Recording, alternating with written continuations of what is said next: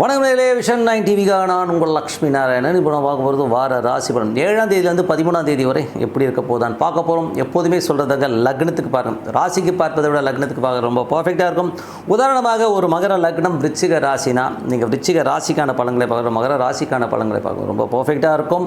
முதல்ல வரது பொது பலன்கள், அதுக்கப்புறம் தசாபுக்தி பலன் வருது. ஸோ உங்களுக்கு என்ன தசாபுக்தி அந்தரங்கள் வருதோ அதை மிங்கிள் பண்ணி பார்க்குறது ரொம்ப பர்ஃபெக்டாக இருக்கும். மீனராசி. ஸோ மீனராசிக்கு வந்து பார்த்திங்கன்னா உங்களுக்கு ராசி அதிபதி குரு வந்து பார்த்திங்கன்னா பரிவத்திலே வந்து அந்த உங்கள் மீனத்திலே இருக்கிறதா தான் அர்த்தம். ஸோ அப்போ வந்து என்ன ஆகுனா நிறைய சேஞ்சஸ் பண்ணுவீங்க, நிறைய விஷயங்கள் சேஞ்ச் பண்ணுவோம், பெரிய லெவலில் வரணுங்கிற எண்ணங்கள்லாம் ரொம்ப சிறப்பாக இருக்கும்.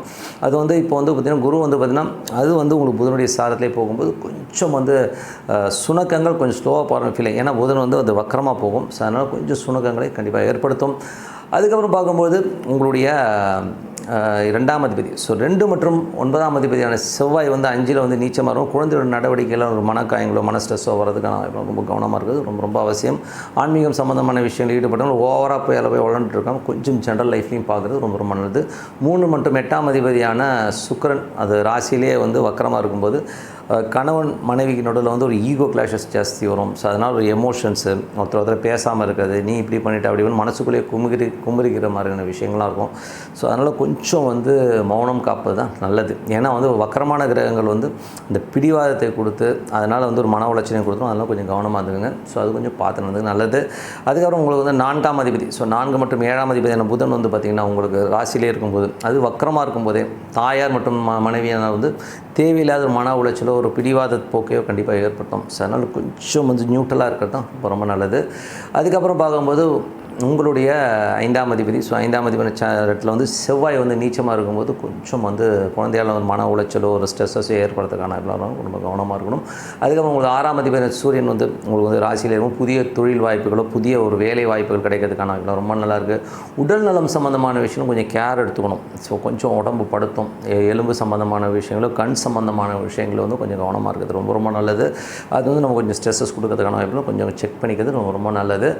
அதுக்கப்புறம் பார்க்கும்போது உங்களுக்கு 7ஆம் அதிபதியான புதனும் வந்து வக்கரமாகும். மனைவியுடைய பிடிவாதத்தால் வந்து நமக்கு ஒரு மன உளைச்சலை கண்டிப்பாக ஏற்படுத்தும்.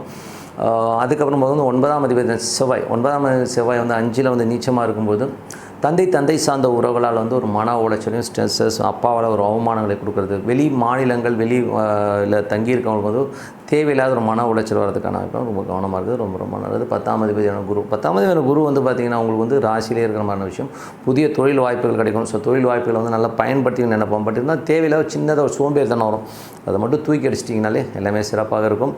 அதுவும் 11ஆம் அதிபதியான சனி வந்து இப்போ ராசியிலே இருக்கும்போது நல்ல லாபங்கள் நல்ல ஏற்றங்கள்லாம் வந்தாலும் சனி ராகு ஒன்றா இருக்கும்போது பெரிய லாபங்களை நோக்கி ஒரு ஷார்ட்கட்டாக போனால் பெரிய காசு சம்பாதிக்கலாமா என்ற ஒரு மன உளைச்சலை கொடுத்தோம். இன்னும் கேட்டிங்கன்னா மீனத்தில் நிறைய கிரகங்கள் இருக்கும்போது எந்த முடிவுமே எடுக்க முடியாத அளவுக்கு ஒரு கன்ஃபியூஷனான ஸ்டேட்டஸில் இருப்பீங்க. அதனால் நான் என்னை பொறுத்தவரை வந்து இப்போ எந்த முடிவும் எடுக்காமல் நியூட்ரலாக இருந்துக்கிறது நல்லது. ஏன்னா மாத கிரகங்கள்லாம் வந்து ஒரு 15-20 நாள் சரியாயிடும். அதனால் இப்போதைக்கு வந்து எல்லாம் போஸ்ட்பான் பண்ணுறது தான் ரொம்ப நல்ல விஷயம்.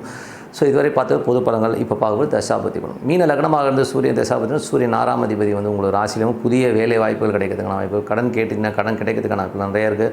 உடல் ரீதியான விஷயம் கொஞ்சம் சோர்வுகள் இருக்கலாம். உடல் ரீதியான விஷயங்களில் வந்து கொஞ்சம் ட்ரீட்மெண்ட் கிடைக்கிறது, கண் சம்மந்தமான விஷயம், எலும்பு சம்மந்தமான விஷயம் கொஞ்சம் பெயின் வந்து போகிறதுக்கான வாய்ப்பு கொஞ்சம் பார்த்துனதுக்கு நல்லது. அதுக்கப்புறம் பார்க்கும்போது மீன லக்னமாக சந்திர தேசம், சந்திரன் வந்து 5லேருந்து ரொம்ப சிறப்பான பல நல்ல விஷயங்கள் நல்ல ஏற்றங்கள்லாம் வரதுக்கான வாய்ப்பு ரொம்ப நல்லாயிருக்கு. மீன லக்னமாக வந்து செவ்வாய் தேசம், செவ்வாய் வந்து உங்களுக்கு 5ல் இருக்கார். அதில் வந்து பார்த்தீங்கன்னா 9ஆம் அதிபதி வந்து 5ல் இருக்கும்போது குழந்தைகள் சம்மந்தமான விஷயம் சின்ன அவமானங்களோ மன உளைச்சலோ கொடுக்கறதுக்கான வாய்ப்புகளை நிறைய ஏற்படுத்தும். அதனால் கொஞ்சம் பார்த்து நடந்துக்கிறது நல்லது. குடும்பத்துலேயும் வந்து ஒரு சின்ன சலசலப்புகள் இருக்கிறதுக்கான வாய்ப்புகளும் கொஞ்சம் பார்த்து நடந்துக்கணுங்க. அதுக்கப்புறம் பார்க்கும்போது மீன லக்னமாக வந்து ராகு தேசம், ராகு வந்து உங்களுக்கு ராசியிலே இருந்து அது சனி ராகு ஒன்றா இருக்கும்போது தொழில் ரீதியான விஷயங்களை பெருசாக பண்ணணும், அதை பண்ணுறேன் இதை பண்ணுறேன்னு சொல்லிட்டு ஒரு மன உளைச்சலை ஏற்படுத்தும். இப்போதைக்கு வந்து எந்த வித டெசிஷனும் இந்த மாதம் எடுக்காமல் கொஞ்சம் நியூட்ரலாக போகிறது தான் ரொம்ப நல்லதுங்க. தேவையில்லாத கமிட்மெண்ட்டை அள்ளி போட்டுக்கிட்டு அதுக்கப்புறம் ஐயோ முடியலையேங்கிற லெவலெல்லாம் வந்து நம்ம திங்க் பண்ணக்கூடாது. மீன லக்னமாக இருந்து குரு தேசாபதி, குரு வந்து பார்த்திங்கன்னா உங்களுக்கு 10ஆம் அதிபதி, ஸோ ராசி மற்றும் 10ஆம் அதிபதியான குரு உங்களுக்கு வந்து என்ன மாதிரி விஷயங்களை பண்ணுவார் அப்படிங்கும்போது குரு வந்து இப்போ உங்களுக்கு ராசியிலே இருக்கிறதா தான் அர்த்தம். அது புதன் கொஞ்சம் தொழிலில் வந்து நல்ல வாய்ப்புகள் இருந்தாலும் கொஞ்சம் வந்து ஸ்லோவாக போகிற மாதிரி ஃபீலிங் கண்டிப்பாக கொடுக்குங்க. ஸோ அதுக்கப்புறம் மீன லக்னமாக வந்து சனி தேசாபதி, சனி வந்து உங்களுக்கு ராசியிலே இருக்கும்போது ஒரு எமோஷன்ஸை கொடுத்துரும், பெரிய லாபங்களை நோக்கி போகணும், பெருசாக சம்பாதிக்கிற எண்ணங்களை கொடுக்கும். பட் இருந்தாலும் இந்த பேராசையை தவிர்த்துட்டு கொஞ்சம் நியூட்ரலாக போகிறது தான் நல்லது. ஏன்னா சனி ராகு வந்து ஒரு தவறுதலான முடிவுகளை ஏற்படுத்தி கொடுத்துரும். வெளிநாடு பிரயாணங்கள் பண்ணுறதுக்கு வந்து நல்ல லாபங்களை கண்டிப்பாக கொடுத்துருங்க. அதுக்கப்புறம் பார்க்கும்போது இதில் வந்து என்னென்னா அந்த சனி ராகுன்ற சமயத்தில் வந்து தூக்கம் இல்லாமல் பண்ணும். தேவையில்லாத அதெல்லாம் கமிட்மெண்ட்டை போட்டுக்கிட்டு அதுக்கப்புறம் ஐயோ என்னால் முடியலையேங்கிற மாதிரி ஃபீலை கொடுக்கும். அதனால் கொஞ்சம் கவனமாக எந்த டெசிஷன் எடுக்கிறோம் கவனமாக எடுக்கிறது ரொம்ப ரொம்ப நல்லது. மீன லக்னமாக இருந்து புதன் தசாபத்தியில் புதன் வந்து வக்கரமாக இருக்கும்போது கணவன் மனைவிக்கு நடுவில் கொஞ்சம் ஈகோ கிளாஷஸ், தாயார் மனைவி சம்மந்தமான விஷயங்களை நினச்சி ஒரு ஸ்ட்ரெஸ்ஸாகவும் ஒரு ஈகோவாக பேசாமல் இருக்கிறது, இந்த மாதிரி விஷயங்கள்லாம் இருக்கும். அதெல்லாம் தூக்கி போட்டுங்க, நான் வந்து என்ன இருக்குங்கிறத பார்த்துக்க. மீன லக்னமாக வந்து கேது தசை. கேது வந்து பார்த்திங்கன்னா ஒரு 7 இருக்கும்போது மனைவி வந்து நிறைய ஆர்டராக பேசுறது, கொஞ்சம் வெடுக்குன்னு பேசுறதுலாம் தவிர்க்க முடியாது. அதுவும் சூரியனை சார்ந்த இருக்கும்போது அந்த பேச்சுக்களே வந்து கொஞ்சம் விரோதத்தை ஏற்படுத்துகிற மாதிரியான விஷயங்களை ஏற்படுத்தும். ஸோ அதனால் கொஞ்சம் கவனமாக இருந்துக்குங்க.